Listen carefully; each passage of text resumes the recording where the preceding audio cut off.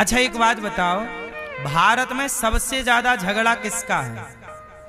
भारत में अदालतों में, कोर्ट कचहरी में सबसे ज्यादा झगड़ा किस बात का चल रहा है अदालतों में? हैं? हाँ, जमीनों का, भाई भाई का, बंटवारे का।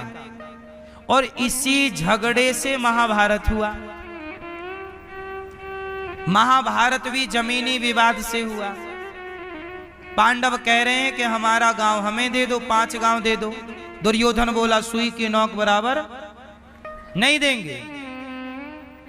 भगवान बोले दे दो यार, लड़ो मत, लड़ाई भड़ाई अच्छी नहीं होती, प्यार मोहब्बत से रहो, तुम भी खाओ हम भी खाएं, तुम भी हंसो हम भी हंसें, तुम भी जियो हम भी, काहे लड़ना आपस में।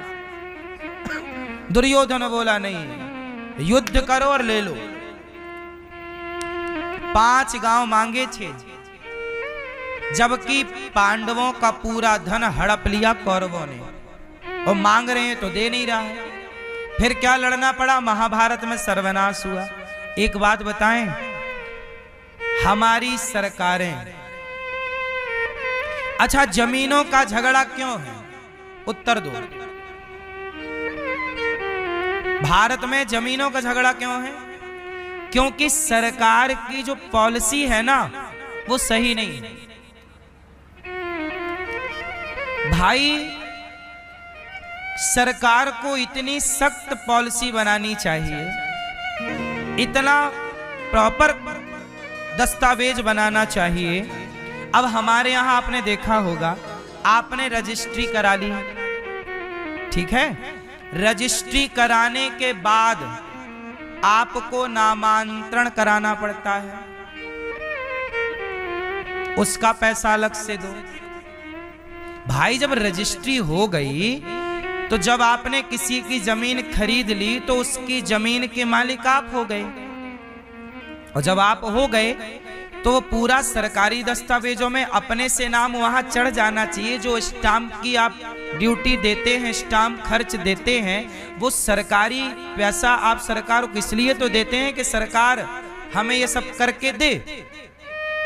अब आजकल रजिस्ट्रियां होने के बाद पता चलता है कि ये जमीन तो फर्जी है।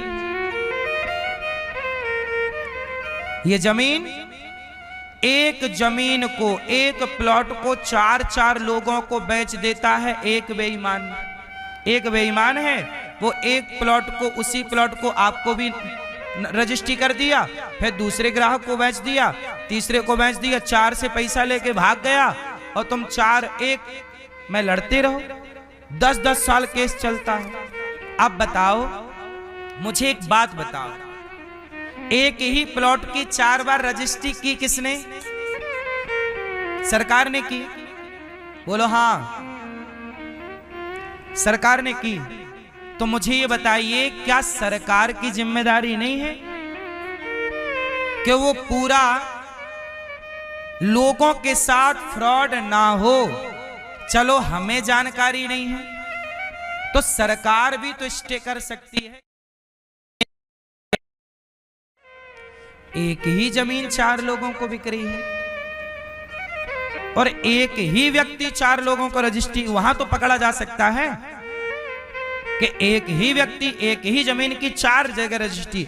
सॉफ्टवेयर इतने अपडेट क्यों नहीं है कि वो तुरंत शो कर दे कि भाई, वो रेड सिग्नल दिखा दे कि भाई ये कुछ गलत चल रहा है यहाँ, वहीं रोक दिया जा, वहीं पकड़ लिया जा उसका फ्रॉड।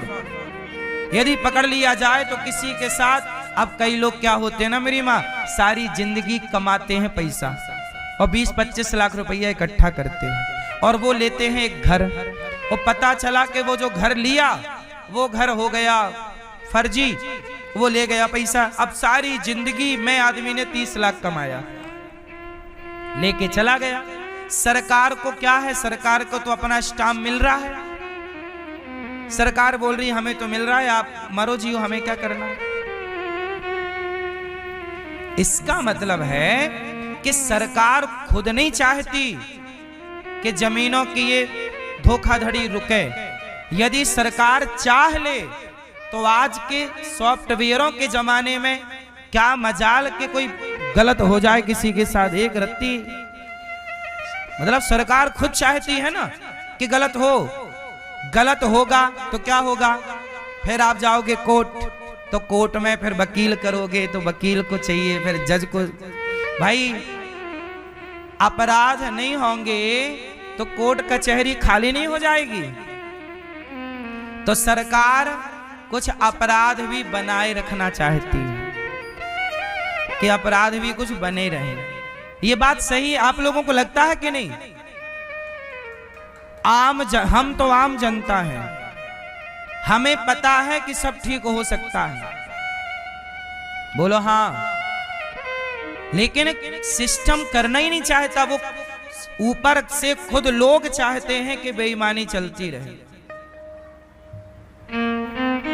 वरना सही चाहें। बहुत सारे देश ऐसे हैं मेरी माँ, मैं दुनिया घूमा, बहुत देश ऐसे हैं जहां प्लॉटों का, घरों का जो फ्रॉड है वो जीरो है, प्रॉपर्टी का फ्रॉड जीरो है। बहुत सारे देश की पॉलिसी इतनी सख्त है कि आप फ्रॉड कर ही नहीं सकते, और ये वहां 20 साल पहले से अप्लाई हैं चीजें। और भारत आज 2025 में भी एक प्लॉट 4 लोगों को बिक रहा है।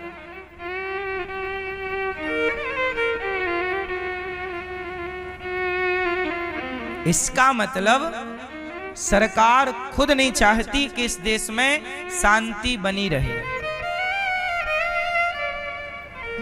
क्योंकि शांति बनी रहेगी तो मुद्दा नहीं रहेगा,